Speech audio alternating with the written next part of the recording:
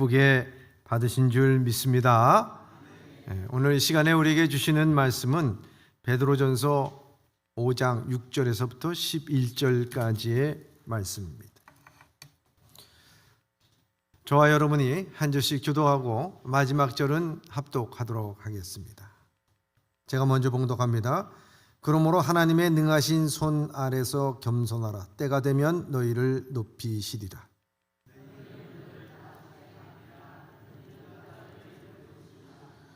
근신하라. 깨어라. 너희 대적마귀가 우는 사자같이 두루 다니며 삼킬 자를 찾나니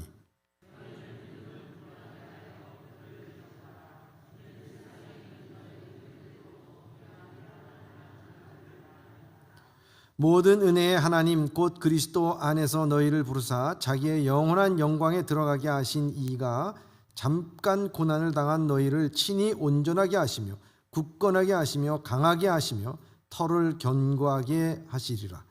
권능이 세세 무궁토록 그에게 있을지어다. 아멘.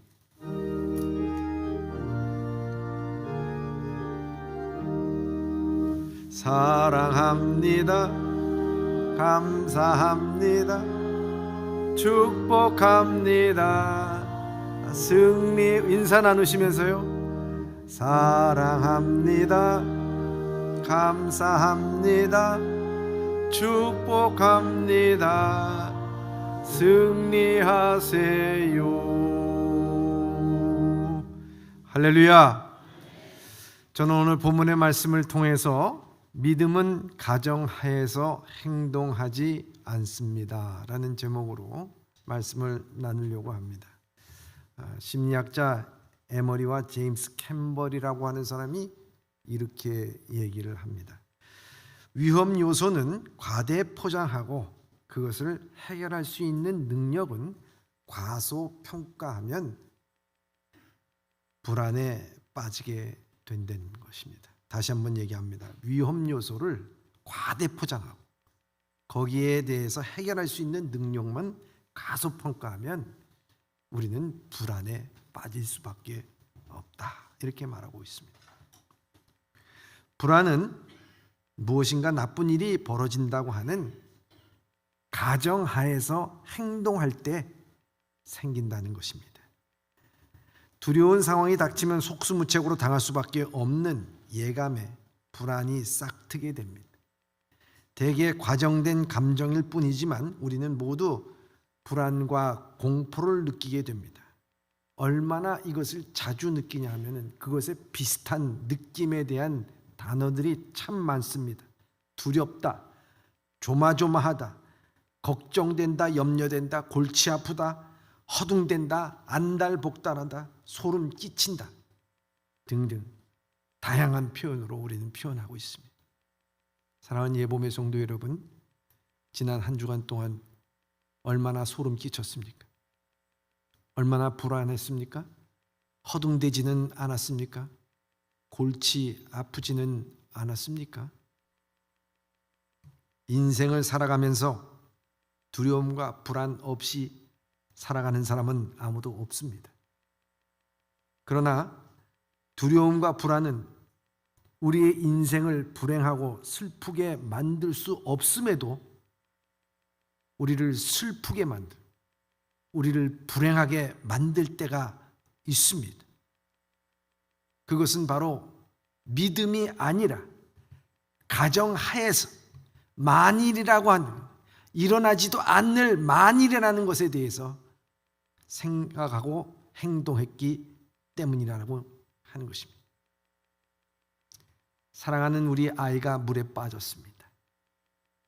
그 아이를 구조하기 위해서 부모는 만일 내가 물에 들어간다고 하면 수영도 못하는데 그 다음에 대책은 어떻게 될까? 이 아이를 건져내지 않는다면 그 후에 얼마나 후회되는 인생을 살아갈까? 여러분, 생각하고 가정하고 만일이라는 말 할 필요가 없습니다.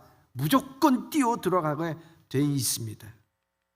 가정하에 생각할 때 때를 놓치고 불행한 인생을 만들 수 있다는 것입니다.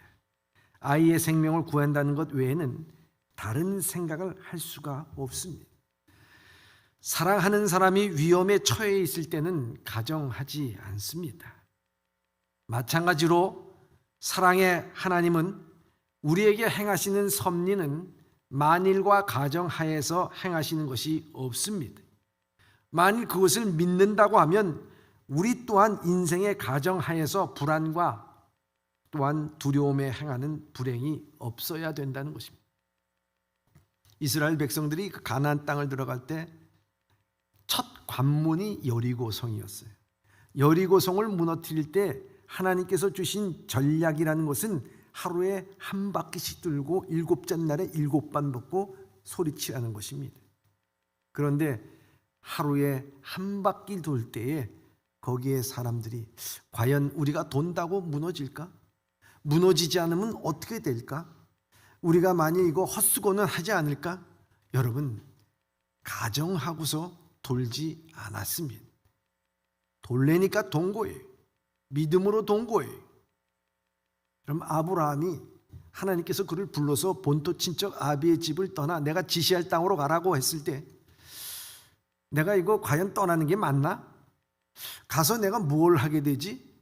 근데 가서 만일에 헛수고나 하고 우리가 고생하게 되고 잘못된 길로 가면 어떨까? 여러 가지 생각하지 않았습니다. 가라! 그랬을 때 그는 본토 친척 아비의 집을 떠나 보따리 싸고 떠납니다. 믿음은 가정하에서 행동하지 않는다는 것입니다. 오늘 본문의 말씀에 이 초대교회 성도들이 믿음의 삶에 대해서 베드로는 말씀하고 있습니다. 초대교회 성도들의 삶은 지금 여러분들의 삶과 같지 않았다는 것입니다. 그때의 믿음의 삶은 목숨을 걸고 생활하는 것이었습니다. 핍박을 피해서 이성에서 저성으로, 그리고 초기 기독교인들이 이 로마의 10대 박해를 보게 되면은 오죽이나 박해가 심었으면 카타콤이라고 하는 지하 세계를 만들어서 그 핍박을 피했을까 하는 정도입니다. 아니, 믿음을 지켰을까 하는 것입니다. 그들은 핍박을 당하면서 잡혔을 때는 콜로세움 원형 경기장에 가다 놓고 굶주린 사자를 풀어놔서 그들을 갈갈이 찢어 죽이는 끔찍한 일도 했습니다. 근데 이런 박해가 300년 동안 계속됐다는 거예요. 324년, 주후 324년 콘스탄틴 황제가 기독교를 국교로 공인하기 전까지 기독교는 핍박을 받았습니다. 그러기에 그들의 믿음은 성도들은 순교하는 일에 관하여서 하나님의 영광인 줄 알았습니다. 매 순간 불안이요, 매 순간 두려움이었습니다. 오늘 베드로 사도의 이 베드로 서신의 첫 1장 1절에 보면 그 서신서에 그 기록한 저자가 기록한 그 수신자가 누가 되느냐? 아시아에 흩어진 나그네들이라 이렇게 말씀하고 있습니다. 아시아에 흩어진 나그네들이라고 말한 건 그만큼 그들은 그 핍박을 피해서 불안과 두려움 가운데 살아간다 하는 것을 말씀하고 있습니다. 믿음을 위해서 정처 없이 떠돌아다녀야 됐던 그들의 모습을 잘 표현한 것입니다. 그들에게는 내일이 없습니다. 그저 순간순간 맞이하는 것 감사한 일이고 그저 겸허하게 자기의 삶을 돌이켜보는 것밖에 없는 것입니다. 내일 살았으면 살아있는 것이고 오늘 인생이 끝난다 하더라도 겸손하게 주님 앞에 머리 숙일 수밖에 없습니다. 그래서 오늘 본문의 말씀 베드로전서 5장 6절에 이렇게 말씀하고 있습니다. 시작. 그러므로 하나님의 능하신 손 아래서 겸손하라. 때가 되면 너희를 높이시리라. 아멘. 오늘 이 말씀은 바울이 교회 안에서 젊은이들이 장로들 앞에 순종할 것을 말씀하며 결론적으로 하신 말씀입니다. 젊었다고 할 때 사람마다 정도는 차이 있겠지만 젊었다고 했을 때 그 특징 중에 하나가 무엇인가? 교만이라는 것이, 높아지려고 하는 마음이 있다는 것입니다. 구원받은 성도들에게도 이 세상에 대한 열망과 야망이 있습니다. 예수님께서 십자가를 지시기 위하여 저 베들레헴 예루살렘 골고다 언덕으로 행진하고 계실 때에도 제자들은 그 뒤에서 누가 더 잘났나, 누가 더 높으냐 하는 교만의 경쟁을 하고 있었고, 사단은 이것을 이용해서 우리의 믿음을 무너뜨리려고 하는 것입니다. 교만은 실체보다 허상을 보게 만듭니다. 자신의 젊음, 지식, 물질, 명예 등등을 보게 만드는 것입니다. 이것이 자신을 말해주는 것처럼 말입니다. 그러나 이 모든 것은 사실 허구고 허무한 것입니다. 자신이 가장 실체를 볼 수 있는 것이 그리스도의 믿음 안에서 겸손입니다. 겸손이 우리의 자신의 실체를 보는 것이 겸손입니다. 그때 하나님께서는 그 겸손 가운데 우리를 높여주신다 말씀하고 있습니다. 겸손은 타인의 시선으로부터 자유함이다라고 말하기도 합니다. 진정으로 겸손한 사람은 타인이 무엇으로 생각하던 간에 거기에 휘둘리지 않고 당당하게 자기의 길을 가게 되는 것입니다. 그러기에 닥친 어떠한 시련이나 어떤 성공도 그는 다 감사함으로 받게 됩니다. 저는 이 겸손에 관하여서 성경을 읽다가 가장 겸손의 극치를 보여준 사람이 누군가를 보니까 그 사람이 바로 욥이었더라고요. 이 욥은 전대미문의 환난을 겪습니다. 그는 모든 재산을 다 잃어버리고 순식간에 다 잃어버리고 눈에 넣어도 아프지 않을 10 아들 딸들을 다 잃어버렸을 뿐만 아니라 몸에는 악창이 나고, 그리고 사랑하는 아내는 자기를 저주하고 하나님을 저주하고, 그리고 자기 자신을 떠나게 됩니다. 그리고 자기를 위한다고 찾아왔던 이 세 친구는 끊임없이 욥에게 죄에 대해서 공격을 하게 됩니다. 이때 이 욥이 고백하는 것이 있었어요. 모든 것을 다 잃어버린 후에 욥기 1장 21절과 22절에 보면 이렇게 고백을 합니다. 시작. 이르되 내가 모태에서 알몸으로 나왔사온즉 또한 알몸이 그리로 돌아가올지라. 주신 이도 여호와시오 거두신 이도 여호와시오니 여호와의 이름이 찬송을 받을지니이다 하고, 이 모든 일에 욥이 범죄하지 않고 하나님을 원망하지 아니하니라. 아멘. 그는 원망하지 않았어요. 모든 것을 다 잃어도 원망하지 않았어요.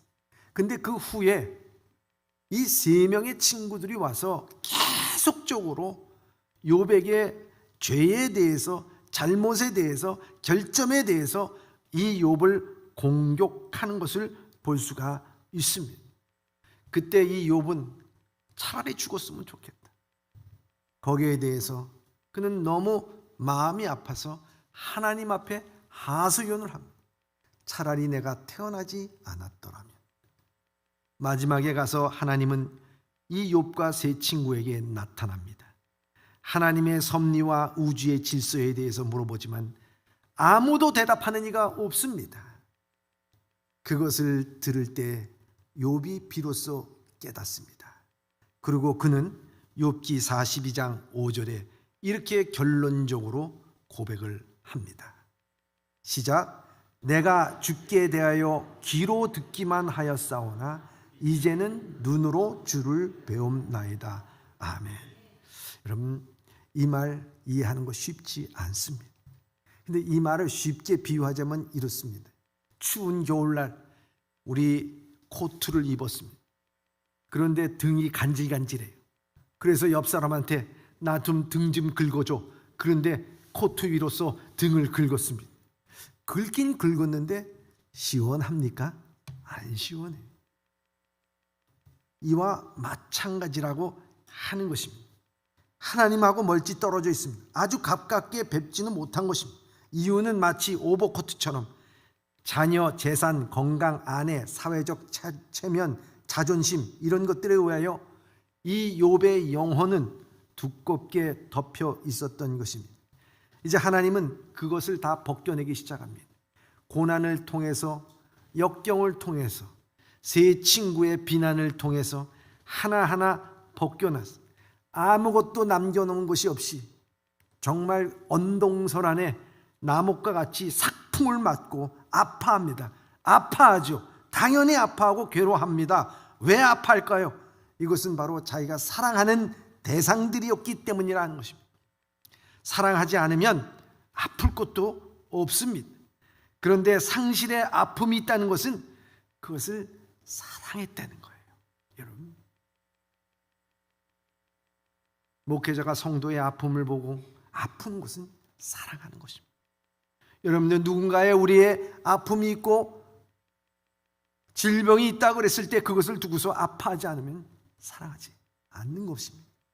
아픔이죠. 물론 욥은 동방의 의인으로서 하나님을 사랑했습니다. 욥기 1장 3절에 보면 그 사람은 온전하고 정직하여 하나님을 경외하고 악에서 떠난 자라고 말씀하고 있습니다.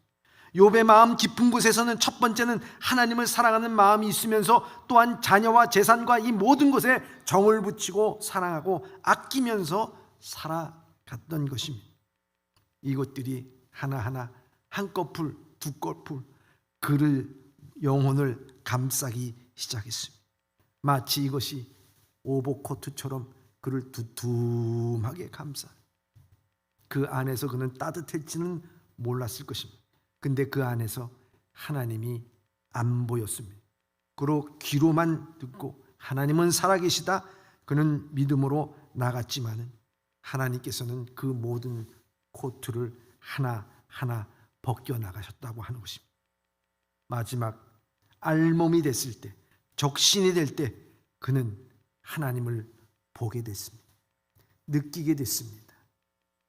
그때 그는 겸허하게 하나님 앞에 무릎 꿇고 이제 내가 귀로만 듣더니, 이제 내 신앙이라고 하는 것이 기껏 귀로만 들었던 신앙이었습니다.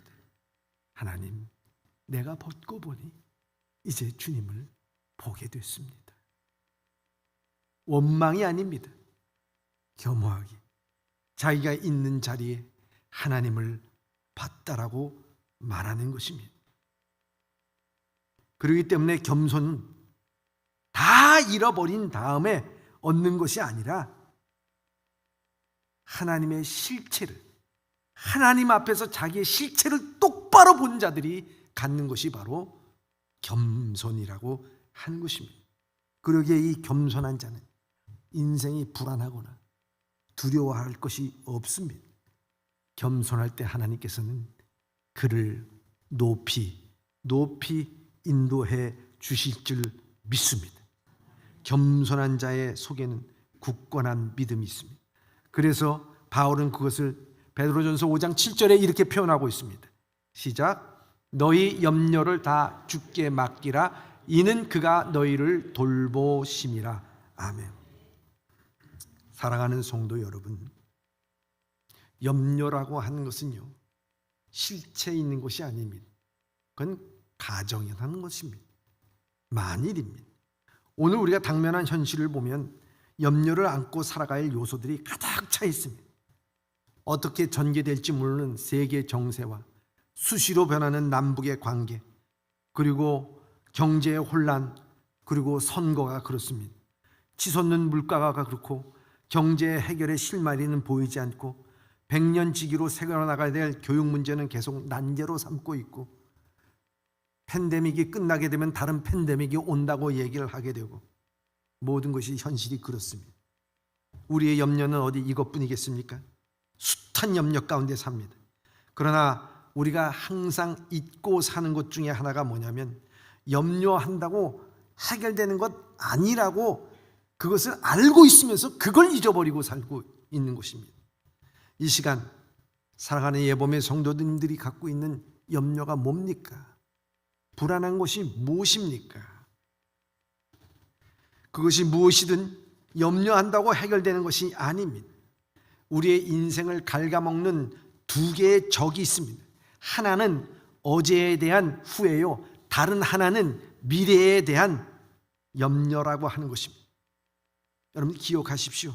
염려한다고 과거가 바뀌거나 현재가 새로워지거나 미래가 보장되지 않는다는 사실입니다. 더 나아가 염려는 우리 인체에도 지대한 영향을 미치게 된다는 거예요. 이 포돌스키라고 하는 그 심리학자가 쓴 염려를 중단하고 차라리 개선하라 하는 이 책에 보면요, 우리 몸속에 이 염려를 하게 될 때는요, 유익한 인자를 공격을 해서 그것을 암세포로 만들게 된다는 것입니다. 그래서 염려와 걱정을 하게 되면 고혈압, 위장병, 또한 고지혈증, 심장병 이런 것들이 우리 가운데 있어서 그것이 암으로 발전할 수밖에 없고 항암 인자까지 죽인다는 거예요. 여러분, 그렇기 때문에 염려는 가정이에요. 어떤 할머니가 손자가 매번 기차 타고 비행기 타고 자동차 타고 출장을 너무 많이 다닌다는 거예요. 그래서 그 할머니가 신문에 난 비행기 사고, 기차 사고, 자동차 사고 사건마다 스크랩을 해가지고 그것을 모아놨다가 손자가 오길래 그 손자한테 보여주면서 얘야, 자동차 사고 얼마나 많이 나는지 몰라. 비행기 사고 얼마나 많이 나는지 몰라. 응? 기차 사고 얼마나 많이 나는지 몰라. 야, 이렇게 사고 많이 나는데 그거 비행기 타고 기차 타고 자동차 타고 그렇게 댕기다가 너 사고 나면 어떡할래? 이 손자가 그것을 듣고 할머니 염려하지 마세요 말씀합니다. 할머니, 그 통계의 숫자에 불과한 거예요. 그런데요, 할머니 그거 아셔야 돼요. 자동차 타고 비행기 타고 기차 타고 죽는 사람들보다요 침대에서 죽는 사람이 더 많아요. 침대에서 죽는 사람이 97%입니다. 저요, 할머니 어제에도 침대에서 잘 자고 일어났잖아요. 염려하지 마세요. 걱정하지 마세요. 에? 염려한다고 되는 게 아닙니다. 여러분, 부질없는 걱정, 근심 오히려 삶을 더 피곤하게 만들 뿐입니다. 사람은 누구나 다 염려 없이 살기를 원합니다. 동시에 누구나 그것이 불가능한 일이라고 생각합니다. 특별히 현대인들에게 심각한 스트레스가 있어요. 얼마나 스트레스가 있어요. 성경에서 보면요, 다윗도 얼마나 스트레스를 받았는지 그가 시편 22편 14절에 보면 내 마음이 촛밀같이 녹아내린다. 스트레스입니다. 여러분, 스트레스 받았을 때 여러분들 심정이 어떻게 해요? 쿵 하면서 온몸이 확 오그라드는, 촛밀같이 녹아들어. 뿐만 아니라 내 마음에 눌린다. 눈 고백하고 있습니다. 근심은 가정하에 말하고 행동합니다. 그러나 믿음은 가정하에서 행동하고 말하지 않는다는 거예요. 우리의 삶을 좀먹고 의욕을 잃어버리게 만들고 기쁨을 상실하게 만들고 인간관계에 어려움을 많게 만든다는 것입니다. 근심에서 자유스러울 수 있겠습니까? 그래서 하나님은 이 성경에 염려하지 말라라는 말을 한번 찾아보세요. 몇 번 나오나? 550번 나오면 그만큼 염려하는 것에 대해서 경계를 하면서 말씀을 해 주시는 것이에요.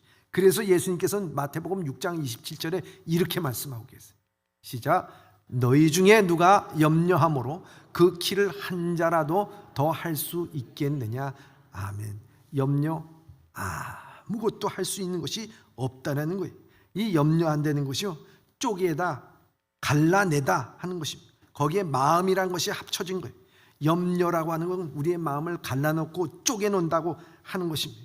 해야 할 말을 하지 못하게 만들고 또 해서는 안 될 말을 하게끔 만들고 자기 편의대로 살아가게 되는 것입니다. 그래서 베드로 사도는 오늘 본문의 말씀에 그 염려가 마치 우는 사자와 같이 우리에게 달려들어서 우리를 갈기갈기 찢어놓을 것이다, 그 말씀을 하고 있습니다. 그것이 바로 오늘 본문의 말씀 8절의 말씀입니다. 시작. 근신하라, 깨어라, 너희 대적 마귀가 우는 사자와 같이 두루다니며 삼킬 자를 찾나니. 아멘. 여기 이 근심하다, 영어로 worry죠. worry. Don't worry. 걱정하지 마라, 이 말이죠. 근데 이 말의 원이 어디서 왔느냐? 물어뜯다, 찢기다라는 말. 사자와 같이 이 염려라고 하는 것이 사자가 돼서 우리에게 확 달려 들어가서 우리 목덜미를 확 잡아채고 우리의 심령을 갈갈이 찢어놓고 우리의 마음을 갈갈이 찢어놓는데 그리의 영혼이 마비되고 무기력하게 된대. 염려의 피해는 자기만 당하는 것이 아니라 이게 얼마나 코로나19보다도요 더 전파력이 세다는 거예요. 여러분, 염려하는 사람 옆에 있어 봐요. 금방 염려합니다. 야, 이 전쟁 난 그러면 그때부터 염려가 우리 속에 들어옵니다. 야, 이거 뭐 어떻게 돼? 그때부터 염려가 전염이 됩니다. 염려라는 질병을 앓고 있는 사람, 얼굴만 쳐다봐도요, 염려. 언제나 그 얼굴에 내 천자를 그리고 살아가는. 보기만 해도 답답해. 그렇잖아요. 문제는 이 험악한 세상을 살면서 우리가 어떻게 염려하지 않고 살아갈 수 있는가 하는 점. 그래서 바울은 오늘 본문의 말씀을 통해서 염려할 것이 없고 그 문제가 있으면 그 문제에 대적하라고 말씀하고 있습니다. 오늘 본문의 말씀 9절의 말씀입니다. 시작. 너희는 믿음을 굳게 하여 그를 대적하라. 이는 세상에 있는 너희 형제들도 동일한 고난을 당하는 줄 알미라. 아멘. 대적하라는 거예요. 염려, 우는 사와 같이 돌아다니면서 삼킬자를 찾는 염려, 걱정, 불안, 그거 한번 너 실체를 봐. 아무것도 아니야. 대적하라, 대면하라, 피하지 말라. 그 말씀을 하고 있는 것입니다. 예수님도요, 마태복음 6장 31절 32절에 이렇게 말씀하고 있습니다. 시작. 그러므로 염려하여 이르기를 무엇을 먹을까, 무엇을 마실까, 무엇을 입을까 하지 말라. 이는 다 이방인이 구하는 것이라. 너희 하늘 아버지께서는 이 모든 것이 너희에게 있어야 할 줄을 아시느니라. 아멘. 여러분, 여기 그러므로라고 하는 것은 결론적으로 말했을 때 너희 염려하고 걱정하지 말라. 이미 하나님께서 너희를 선택하지 않았느냐? 선택한 너희들에게 있어서 염려하고 걱정한다는 것이 여러분들의 신분에 맞는 삶을 살아가는 것이냐? 그거 아니라고 하는 거예요. 이방인들은 가정하에 행동하지만 우리 그리스도인들은 믿음하에 행동하라고 하는 거예요. 하나님께서는 그걸 우리에게 말씀해주고 있는 것입니다. 대적하라는 것입니다. 공중에 나는 새를 비유하시고 들의 백합화를 비유하시면서 뭘 먹을까, 뭘 입을까 걱정하지 말아요. 여러분, 이런 설교를 하면 주부들은 생각합니다. 아유, 하나님은 살림을 안 해보셔서 그건 모르실 거예요. 살림 해봐요. 점심에 뭘 먹을까 또 생각해야죠. 아유, 자녀들 어떻게 할까? 대학교 취직은 어떻게 할까? 장가는 어떻게 볼까? 아이고, 우리 집안에 저 왼수가 있는데 저 왼수는 어떻게 할까? 하나님이 살림을 못하셔서 그렇다고요? 천만의 말씀. 하나님은요, 우리를 살리시는 살림을 하시는 분이에요. 네? 나만 살림하는 게 아니에요. 근데 여기서 참 중요한 것이 무엇이겠느냐? 여기서 염려와 걱정 가운데 살아가는데, 여기서 우리가 알아야 될 것은 우리의 필요한 것을 구하지 말라는 뜻이 아닙니다. 땀 흘리고 수고하고 이 모든 일을 겸허하게 받아들여야죠. 그러나 그 모든 것을 피하지 말고 받아들이라는 거예요. 받아들이. 고아의 아버지인 조지 뮬러라고 하는 사람, 얼마나 역경이 있고 시련이 있었습니까? 애들을 먹이는 데 있었어요. 근데 그는 깨달은 것이 있었습니다. 그건 뭐냐? 믿음의 시작은 염려의 끝이요, 염려의 시작은 믿음의 끝이다. 염려하는 순간 우린 믿음이 끝나는 거예요. 그러나 우리가 믿음으로 나가게 될 때 우리 염려는 끝나게 될 줄 믿습니다. 여러분, 이런 말을 할 때 베드로의 심정이 우리가 이해가 돼요. 왜냐하면 이 베드로는 어땠습니까? 예수님이 잡히시기 전날 밤에는 예수님 앞에서 자기가 모든 책임을 지는 것처럼, 누가 우리 예수님을 갖다가 해할 수 있겠습니까? 나는 죽어도, 남이 다 떠나도 난 떠나지 않겠습니다. 그렇게 호언장담하고 자신 있게 말했던 이 사람. 그러나 예수님께서 붙잡혀서 가야바 뜰에 갔을 때 그 앞에서 멀찍이 가면서 그렇게 호언장담했던 이 베드로가 이 비자 여종 한 사람이 말하는 그 말 한마디에 그냥 비참하게 무너져서 예수님을 부인하고 저주하고 맹세까지 하지 않습니까? 그때 닭의 울음소리를 듣고 그는 가슴을 치고 다시 한번 회개하는 장면이 나오게 되는 것입니다.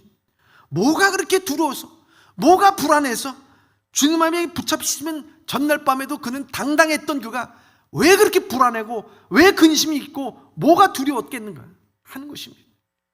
여러분, 그것을 자기 자신이 겪은 다음에 그렇구나, 우리가 근심할 필요도 없고 두려워할 필요, 마지막에 우리가 죽기밖에 더 하겠느냐? 죽게 될 땐 하나님의 영광이요, 우리가 주님의 손에 붙잡힌 것 아니겠느냐? 이게 바울이 자기 인생의 삶 가운데서 아주 겪은 거예요. 그래서 이 불안이 자기 자신을, 염려가 갈기갈기 자기를 찢어놨던 자기 모습을 본 거예요. 그러니까 야, 두려워하지 말고 믿음에 굳게 서고 근신하고 깨어라. 마귀가 우는 사자와 같이 산길자를 찾고 돌아다니는 거야. 거기에 대해서 염려하지 마, 불안해하지 말라 하는 것입니다. 여러분, 내가 이 세상에서 지켜야 할 것이 하나가 있다면 그것은 바로 하나님을 사랑하는 믿음 아니겠느냐? 그걸 베드로가 말씀하고 있는 거예요. 어떤 부인이 남편이 사업이 부도가 난 바람에 집안 살림 다 빼앗기고 길거리에 앉았답니다. 먹을 것도 없고 갈아입을 옷도 없고 거지처럼 되었습니다. 시골에 가서 간신히 빈집을 구해서 임시 처소를 거하고 있는데 어느 날 이 아이가 학교에 갔는데 쫓겨났어요. 왜 쫓겨났느냐? 학용품을 갖다가 사야 되는데 그 학용품 가서 훔치다가 그게 걸렸어. 그래서 쫓겨났어요. 그 아들이 탈선하고 절망하여, 야, 이거 도대체 살 수가 없겠다, 우리 다 동반 자살하자. 애들 재워놓고 가스통 틀어놓고 문 다 잠그고, 그러고 나서 가스통을 틀어놓은 거예요. 정신이 몽롱해지는 그런 순간에 뭐가 어디서 찬송가 소리가 들려오는 거예요. 내 모든 시험 무거운 짐 주 예수 앞에 아뢰이며 근심에 쌓인 날 돌아보사 내 근심 모두 맡으시네. 무거운 짐 나 홀로 지고 견디다 못할 쓰러질 때 불쌍히 여겨 구원해 주리 은혜의 주님 오직 예. 아마 옆집에서 흘러나오는 찬송가였어요. 그 찬송가 소리가 몽롱하게 져가는 이 여인의 영혼을 깨웠어요. 그 찬송가 속에 내 모든 무거운 짐 왜 내게 맡기지 않으려고 하느냐, 그 음성이 그 심령을 때렸어요. 그랬을 때 그 여인이 일어납니다. 왜 기도할 생각을 못했을까? 자살할 용기가 있으면 기도하면 될 텐데 부인은 그 자리에서 벌떡 일어나 가스 밸브를 잠근 후 아이들을 밖으로 내보내고 창문을 열어놨습니다. 그리고 눈물로써 주님 앞에 기도했다고 하는 것입니다. 이게 메리 큐스 마네라고 하는 그 부인이 쓴 근심이여 안녕이라고 하는 책에 나온 내용입니다. 염려를 버리라고 합니다. 난 놓고 기억자를 몰라도 염려 없이 없는 인생은 염려 많은 철학자보다 낫다는 것입니다. 지게 놓고 A자를 몰라도 염려 없는 인생은 염려 많은 어떤 부자 인생보다 행복하다고 말합니다. 베드로는 가정하에서 살지 말고 믿음으로 나가야 된다고 말씀하면서 정말 마지막으로 더 중요한 말씀을 우리에게 해주고 있습니다. 그것이 오늘 본문의 말씀 10절의 말씀입니다. 시작. 모든 은혜의 하나님 곧 그리스도 예수 안에서 너희를 부르사 자기의 영원한 영광에 들어가게 하신 이가 잠깐 고난을 당한 너희를 친히 온전하게 하시며 굳건하게 하시며 강하게 하시며 터를 견고하게 하시리라. 아멘. 하나님의 영광에 들어가기 위해서 잠깐의 고난을 당한 이들에게 말씀하고 있습니다. 저는 오늘 본문의 말씀의 제목을 전하면서 바로 이 10절의 말씀을 묵상하면서 하나님께서 주시는 한없는 은혜를 느끼게 됐습니다. 그래, 여러분들 생각해 보시죠. 잠깐의 고난이라고요? 여러분 지금 잠깐의 고난을 당하고 있습니까? 코로나19로만 생각해 보시죠. 2019년이 이게 코로나19입니다. 근데 벌써 22년 4년 동안 우리의 일상의 발목을 잡고 소상공인들은 얼마나 힘들어하고 있습니까? 근데 끝날 때쯤 되니까 뭐 다른 또 팬데믹이 온다고 얘기를 합니다. 또 경제가 어렵고 물가가 치솟고 유가가 치솟고 난리 법석을 치고 있습니다. 여러분, 뿐만 아니라 오랜 질병에 시달리고 있는 사람들에게 있어서 믿음 가운데 고난은 잠깐이요, 내가 평생 이것 때문에 고생하고 있는데 잠깐이라고요, 이해되지 않습니다. 여러분, 저 이북에 있는 사랑하는 성도들은 어떨까요? 그들은 평생, 아니 그 독재와 압력 안에서 생을 마칠 때까지 자유를 못 누리고 살아갔던 사람들도 수많이 있을 것입니다. 고난은 잠깐이라고요? 아니요. 우리 인생 살아가는 동안 고난의 연속이라고 말할 수가 있습니다. 그런데 어떻게 고난은 잠깐이라고 말할 수가 있을까요?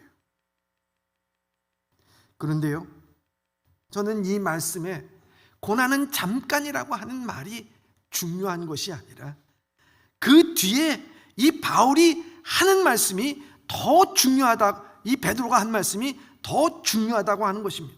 이 뒤에 뭐라고 얘기하냐면, 고난당한 너희를, 지금 고난당한 너희를 친히 온전하게 하시며 굳건하게 하시며 강하게 하시며 터를 견고하게 하시리라, 이렇게 말씀하고 있는 거예요. 제가 미국에서 공부하고 목회하고 있을 때 어머니께서 이렇게 해주시는 무장아찌가 너무 먹고 싶었어요. 그래서 전화가 왔길래 어머니 무장아찌가 먹고 싶어요 얘기를 했어요. 그러니까 알았다 하시면서 한 달 후에야 무장아찌가 왔어. 솔직한 얘기로 제가 그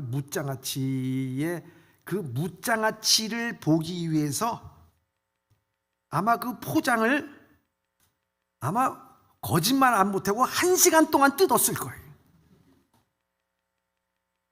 플라스틱통에 무장아찌를 넣는데 그 안에 비닐으로 넣고 세제 안 지워서 플라스틱으로 거기에다가 테이프로 싸매고, 그것도 또 모자라서 뽁뽁이로 싸고, 거기에다가 또 비닐로 싸고, 그것도 못 맞아가서 보재기로 싸고, 거기에다가 또 스티로폼 안에다 집어넣고, 스티로폼 안에다 박스를 넣어가지고 그것도 못 알아볼까봐 내 이름을 크게 써가지고 싸매고 또 싸매고 싸매고 또 싸매고. 전 그것을 바라보면서 우리 염려 가운데, 고난 가운데 있는 우리들에게 하나님은 어떻게 하시나? 너희를 온전하게 하고 싸매고, 굳건하게 하고 싸매고, 강하게 하시기 위해서 싸매고, 터를 견고케 하기 위해서 또 싸매고 또 싸매고. 어느덧 그 고난과 역경을 견디다가 보니까 내 믿음이 자라있고 내 신앙이 자라있고, 언제 이런 시련과 역경이 있었나? 성숙해져가는 우리의 모습을 보게 될 때 하나님 감사합니다. 하나님 감사합니다. 여러분, 이 아름다운 성전을 짓기 위해서 얼마나 고난과 역경과 시련이 언제 될까? 고난은 잠깐이 아니라 그 고난을 통해서 우리가 은혜를 받고 유익을 얻고 강건케 하고 터가 굳어지는 역사들이 오늘 우리에게 있었을 때 그 고난은 하나님의 은혜인 줄 믿습니다. 그것이 잠깐이에요. 그것이 잠깐이에요. 여러분, 걱정되는 일이 있습니까? 염려되는 일이 있습니까? 오늘도 머릿속에 가정하고 있습니까? 야, 오늘 가서 도대체 어떻게 해야 되냐? 돈 못 자른 거 은행에서 어떻게 대출 받아야 되지? 응? 애한테 돈 달라 그러는데 그거 어떻게 해야 되나? 응? 이렇게 되면 어떻게 되고 저렇게 되면 어떻게 되고, 온갖 머릿속에 생각하고 염려하는 것이 똑똑히 살게 되는 것이고 지혜스럽게 사는 것처럼 착각하는 거예요. 믿음은 가정하에서 행동하지 않습니다. 하나님은 우리를 염려로 인도하시는 하나님이 아니십니다. 하나님은 이 염려의 마귀와 대적을 피하지 말고 하나님께 맡기고 대면하고 눈물을 흘리는 기도가 있더라도, 무릎을 꿇고 기도하는 데 있더라도 피하지 말고, 내가 당해야 할 그 뒤에는 우리를 더욱더 온전하게 하시며 굳건하게 하시며 강하게 하시며 털을 견고하게 하시는 그 주님 앞에 날마다 나가시는 예범의 성도들이 다 되시길 주님의 이름으로 축원합니다. 기도하겠습니다.